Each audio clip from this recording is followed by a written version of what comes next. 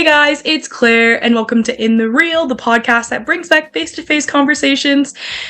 And for the first time in a long time, I am face-to-face with the one and only Ian Lane.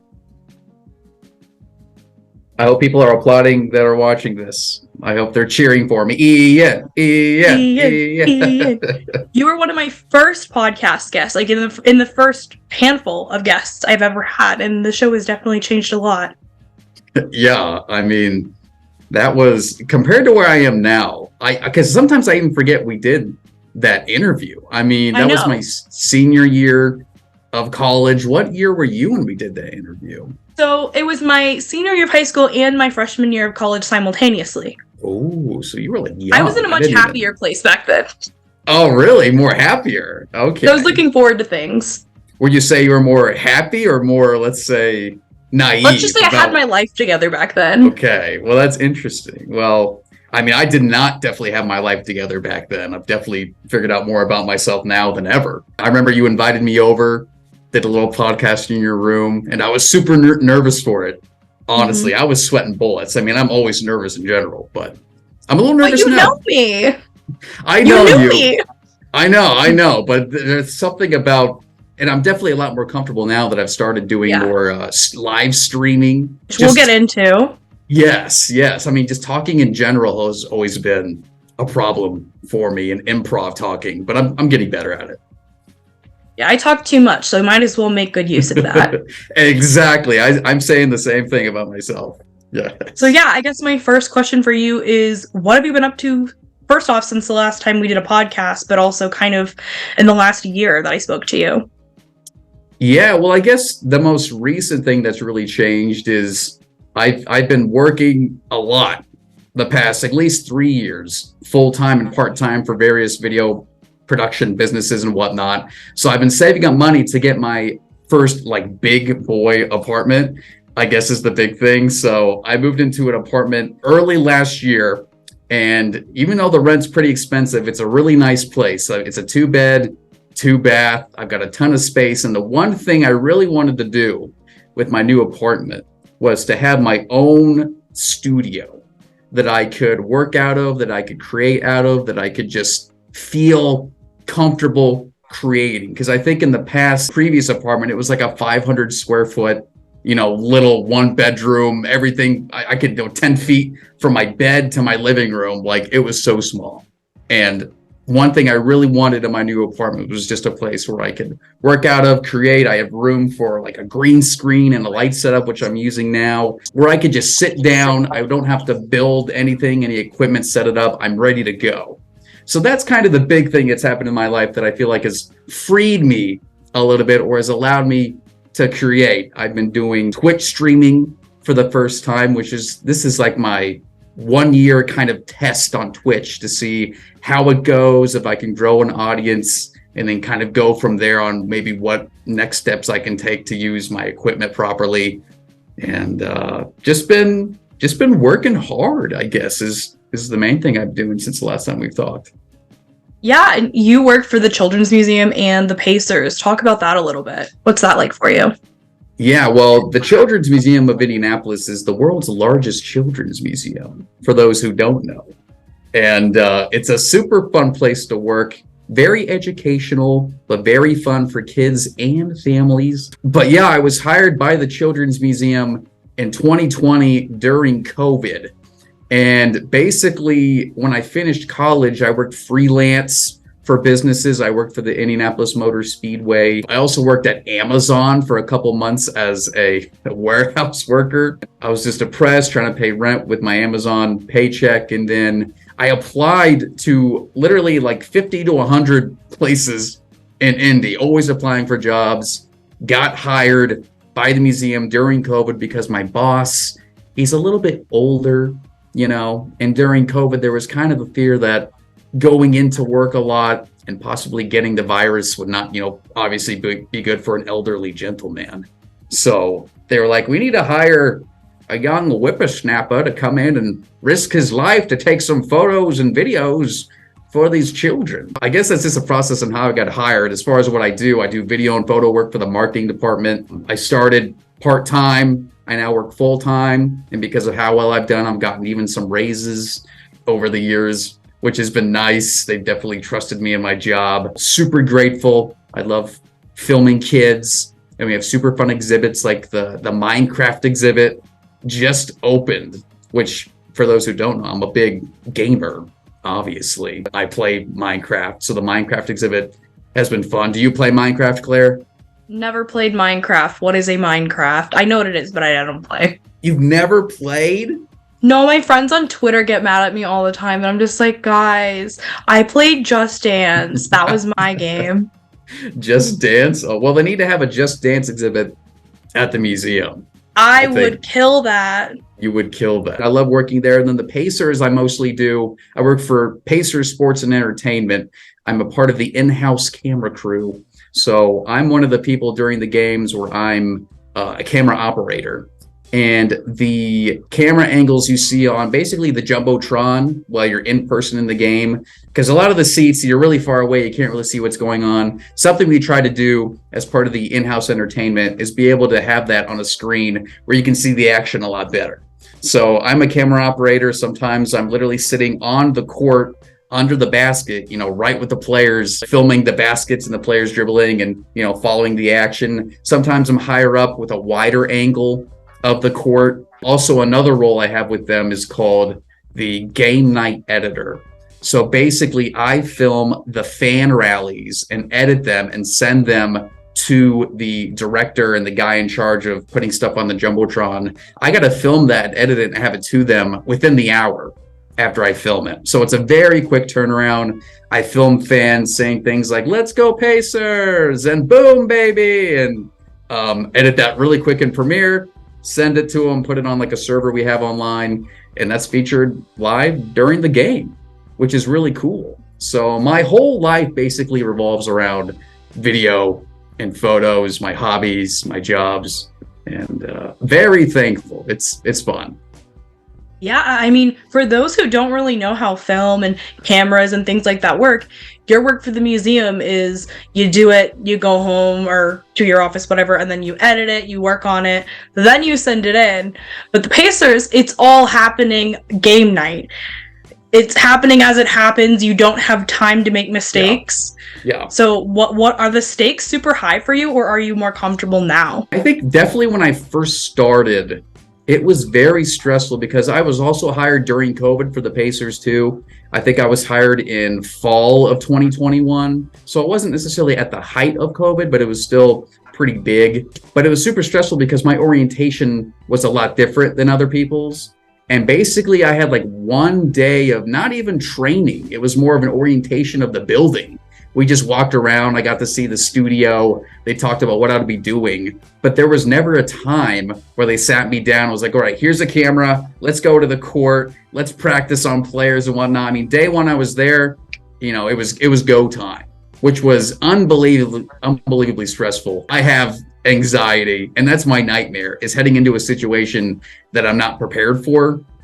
So when I was first hired, definitely stressful. It was definitely ripped off the Band-Aid, as they say. And there's still times where I'm a little bit stressful because I work there part-time.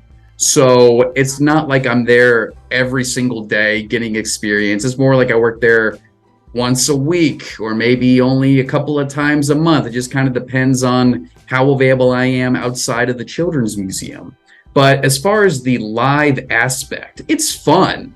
In some ways, I love basketball. I love the fun environment, the people cheering, the game going on. Everyone's focused on one thing. And our job is to make that experience for the fans as good as possible. So there is kind of a fun expectation of let's do this as good as we can. Let's see how the team plays. And by the end of it, everyone's going home, talking about the game, having a good time. I guess for me, it just depends on the camera position. But for the most part, I think it's just exhilarating being able to do what I do and executing it as the night goes on. If I'm able to do a good job of my role, and by the end of the day, everyone's happy with it, I think that's really the best part of my job. And I don't have to, worry about all the mistakes I made and whatnot. Are there any challenges with having two big jobs at one time? Yeah, and this is something I've been thinking about recently because I have a lot going on. And especially I'm getting back into the dating world, like relationships and stuff like that. One thing I have to kind of make clear to the person I'm either like talking to or dating or whatnot is I'm a very busy guy, and I actually have a lot of like interests, which I know is like the minimum for people, the bare minimum. You'd be surprised about how many girls you talk to where the guy just has nothing going on in their life. Like they're very boring. They go to their desk job, which I mean, I don't mean any offense to that or anything. Yeah. But I think I come off very different for a lot of, at least like in a relationship, that I work, a videographer job or for the Children's Museum where I work weekends, where I have to get up really early. I work from home. Sometimes I don't have to work at a certain time. I can work later at the night at my job. I work for the Pacers. I want to stream on Twitch. I stream twice a week from home, and that takes up my nights. And it's like, can I take a night off? Sure. But I kind of want to stay as being a video person, you kind of have to be on some sort of schedule. And if you get out of that rhythm, it's kind of hard for you to get back into it. So I think the hardest part for me is just maintaining a social life outside of the work I do, outside of Twitch streaming. I mean, my work schedule, I feel pretty comfortable with. I never really feel overwhelmed per se, mostly because I like what I do and I understand what it takes to be good at this job. But as far as explaining that to other people as what it takes to do what I do, it's kind of like, listen, I'm going to be busy. I have interests and hobbies and, future dreams about this career. I'm not set where I am, and I'm not going to like decrease the work. I kind of want to increase it in some ways, which is hard for people to sometimes grasp. You stream on Twitch. When did that all kind of happen for you? And do you feel like you've had any success on Twitch, or is it more just like a hobby? Yeah, well, I never really wanted to be a Twitch streamer for a long time. I wanted to stream kind of on YouTube, was always maybe my dream. I guess I never even really thought about streaming. I've always done YouTube content like skits and vlogs and sit down videos. I never even thought I'd be able to stream. But I love podcasts, is one thing I'm into. My favorite podcast is the H3 podcast, which I'm wearing a Teddy Fresh hat. I'm repping their merch, by the way, people. And I just watched so much of the H3 podcast and other podcasts where I was kind of figuring out, like, since I'm so much into video, I need to be doing what I love to watch. Like, if I'm consuming so much of this content, it's kind of like, I'm like, wait a minute, I'm able to do this. Like, if I'm able to do what I love to watch, that would be the dream, honestly. And luckily for me, throughout the years, I've collected video equipment, lighting equipment. I have a nice laptop. The museum has provided me with some editing, stuff. And it got to a point where I was talking to a friend of mine, and he wanted to get into Twitch. And we were kind of talking about doing it at the same time, and maybe like doing collab streams and stuff like that. He didn't get into Twitch, but I'm the one that ended up taking the energy we had for it, and I kind of channeled that into reality. So my first goal was to get a new apartment that had this room where I could use as my streaming room, which I'm in now, which I got all this cool video game nerdy stuff behind me. I've got the LED strips on the ceiling, to have different lighting. I've got a DSLR I'm actually filming from right now, and a couple of studio lights on me to make me look nice and professional. And when I moved in, my first thing was like, I'm going to stream on Twitch. I'm going to start with video games, because that's what people, I think, starting off, it's the easiest thing to do. I think to sit down and to talk to an audience and keep their attention for 1-2 hours is kind of the time frame I want to do. To be able to do that first starting off, I think is hard.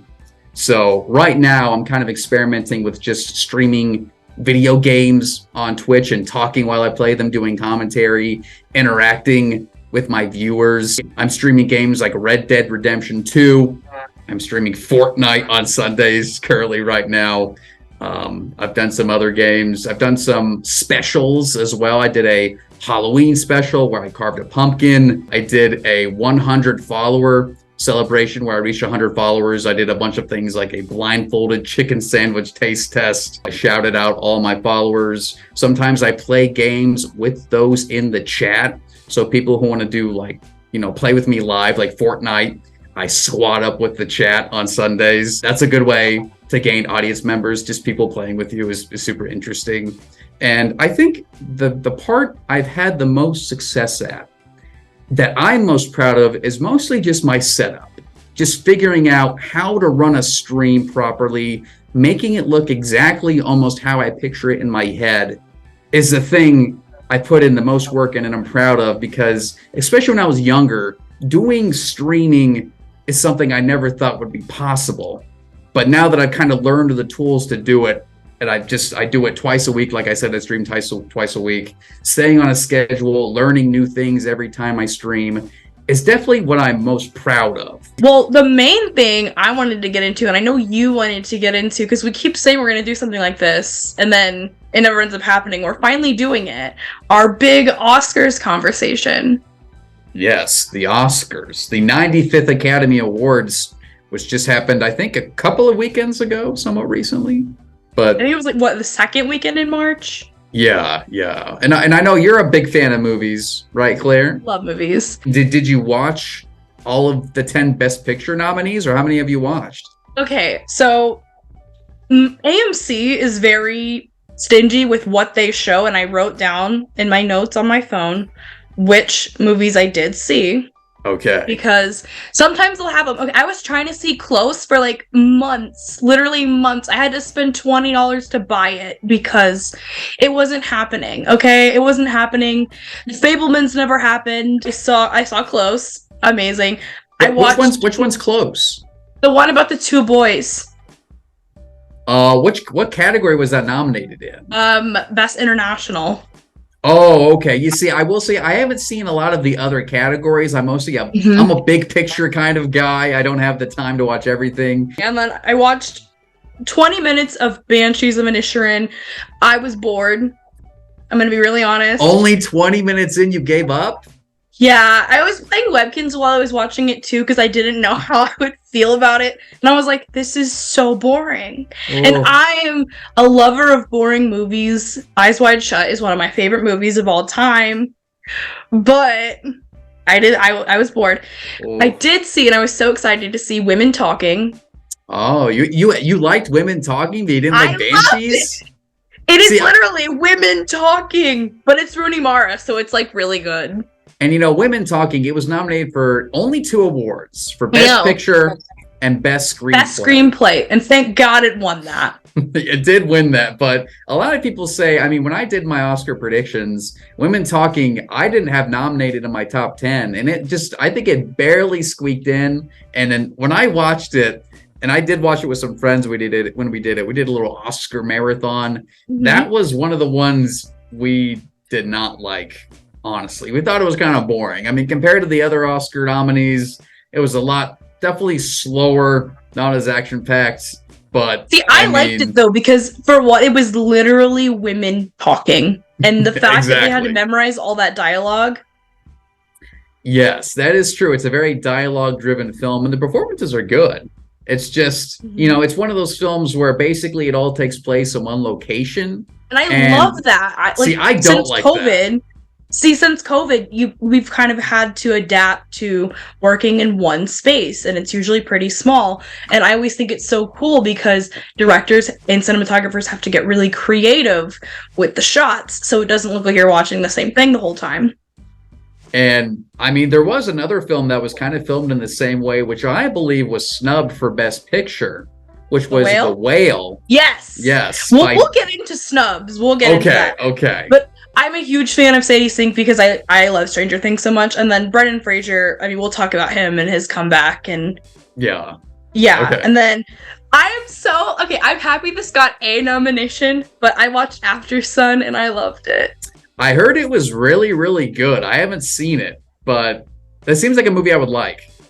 You would love it. It was so good. It's one of those boring movies, though, I will say. Like, someone my age probably would hate it.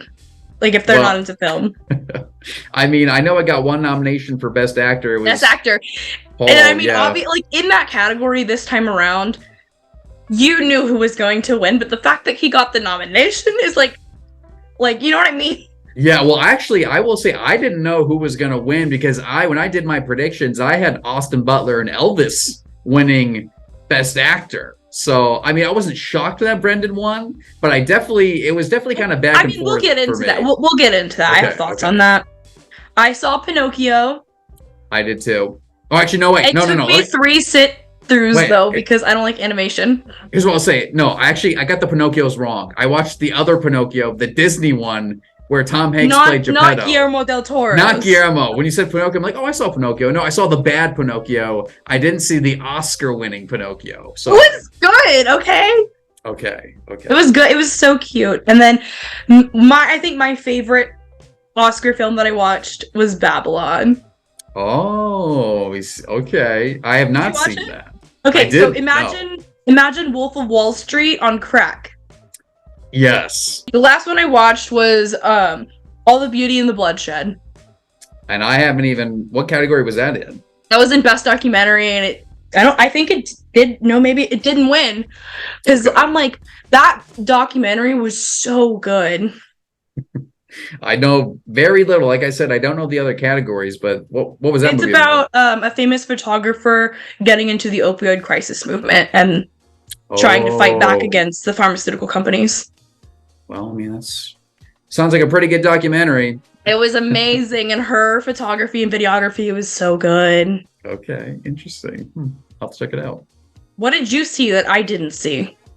So basically, I'm really into the Best Picture nominees, mostly because that's kind of what it all trickles down to. That is the Oscars. Yeah, I mean, it's Best Pictures, and then like 90% of the categories are like based off of those films. I mean, I used to be more into watching the other films, but I just don't have enough time anymore. Basically, the ones I saw were all 10 Best Picture nominees, which was Everything Everywhere All at Once, All Quiet on the Western Front, Avatar: The Way of Water, The Banshees of Inisherin, Elvis, The Fabelmans, Tar, Top Gun Maverick, Triangle of Sadness, and Women Talking were the 10.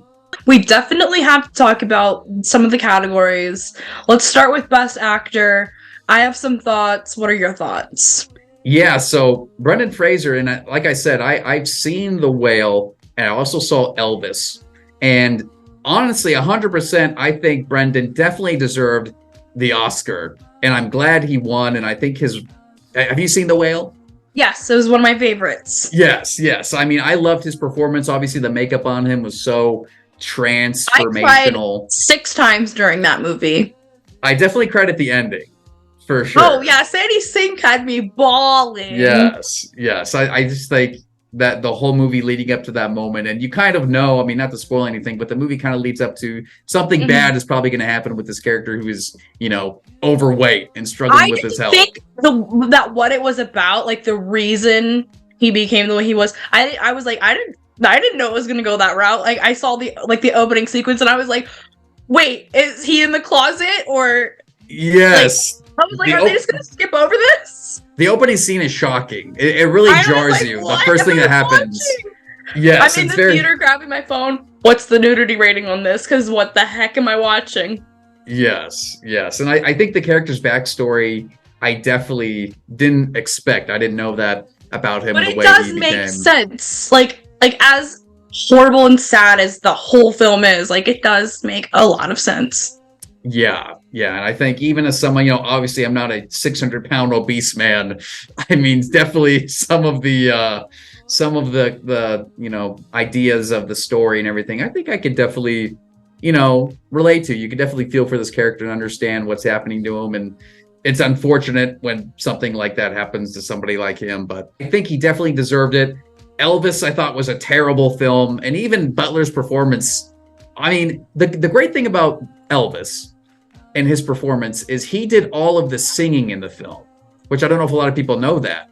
And there's a lot of singing in this film. This film's like, I think 3 hours long as well. So, it's directed by Baz Luhrmann, who is known for very fast editing, very fast-paced movies. Austin Butler is like in every single shot of this movie. The whole thing's basically a singing and movie montage. And that's the one thing I liked about his performance is he sang everything. It's his actual vocals. Oh, 100%. I don't necessarily, I didn't see all the films, but I don't necessarily think Brendan might have had the best performance of the year. But with the comeback and everything that had happened, if they didn't give it to him, it would have been rigged. Yeah, and that's kind of the Oscars too. It's about storylines, the narrative of what happens throughout the year. And sometimes they don't always follow the quote unquote script, the movie script. But I think this year, most people were at least rooting for him. I know some years people win where there is a narrative towards them and it's like not as deserving. But I think for Brendan, for sure, it was more of a deserving award. Yeah, and then Best Actress, again, I didn't see Everything Everywhere. What did I see out of who was nominated for Best Actress? I don't think any of the movies I watched I had a nomination for Best Actress, but okay. I mean, Michelle Yeoh's very talented. So, I mean, like, literally have no thoughts. I didn't watch the movie. I don't recall seeing her in anything, so I just have no thoughts. Yeah, I mean, I actually got this category wrong as well when I filled out my ballot. I had Kate Blanchett for Tar, because she had won some awards too, and it was kind of almost a 50-50 thing. Most years, it's kind of a runaway. But I feel like this year, at least Best Actor and Actress, it was almost kind of leaning on a 50-50 situation, which doesn't happen often. But I had Kate Blanchett winning. I thought she did a great performance in Tar. It's a very... And I can't speak to it. Haven't seen it yet. I will watch it. By the time this comes out, I'll have watched it. This next category, she's her own category. I think you know where I'm going to go with this. Shocker. I was shocked. I'm not even going to lie. Jamie Lee Curtis. The yogurt lady. I know. I like literally when I was watching with my friends, when she was announced, we were all like, what? Jamie Lee Curtis? See, again, I've only seen The Whale out of those nominations, and I think Hong Chow, in my opinion, should have gotten it. She was fantastic. But then again, I didn't see Stephanie Sue's performance. Like, I just didn't... Angela Bassett, I'm just not a fan of big action movies, so those aren't ones that I want to watch. But, like, really? There were years where I'm like, Jamie Lee Curtis, totally. But, like, come on!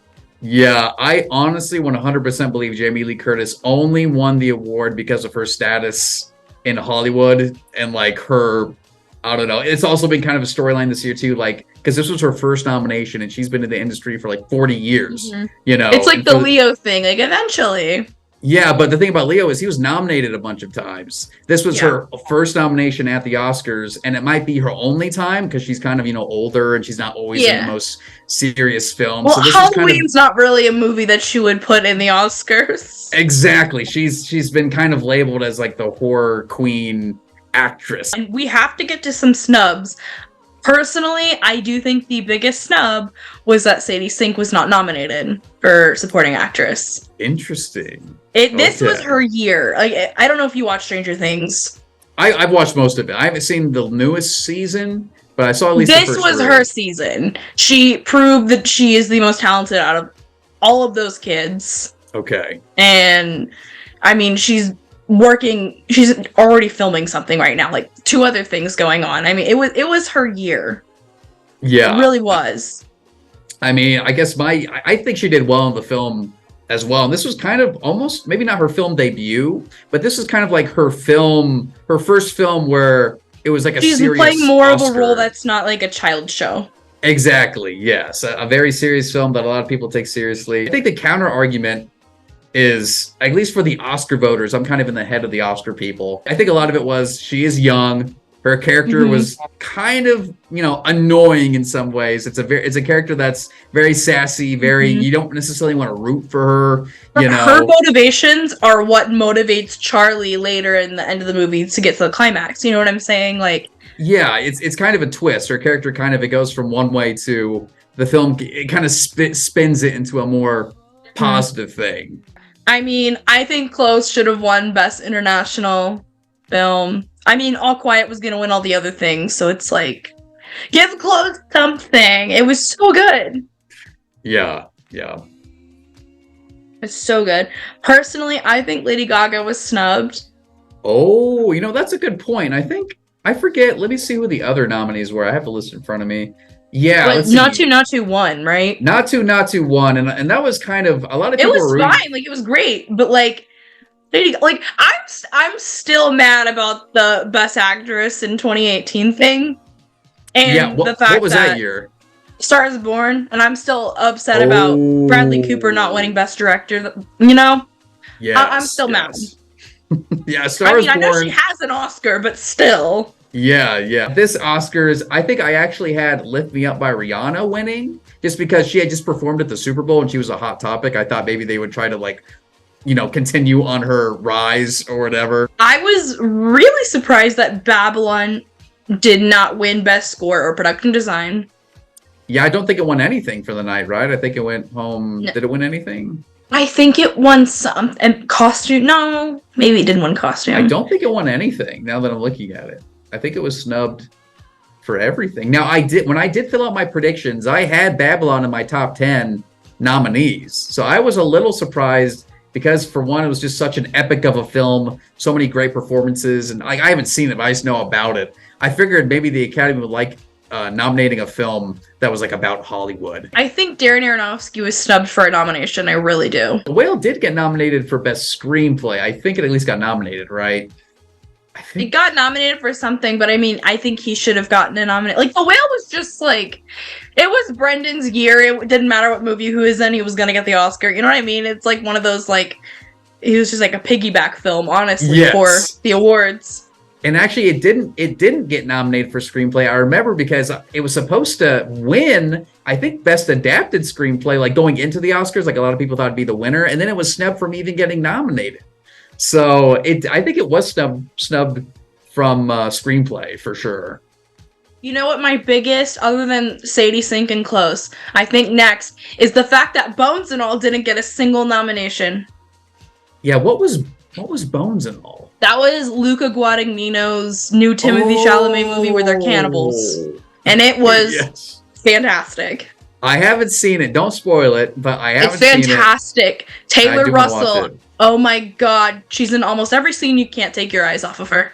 I like Taylor Russell. She's in a film called Waves, which is like one of my new favorite films. She's really good in that. So if you haven't seen that, she's amazing. And her and Timothy's chemistry, they totally had something going on. Like, if you see in interviews, you're like, yeah, Interesting. That is all I have for you today. This was amazing.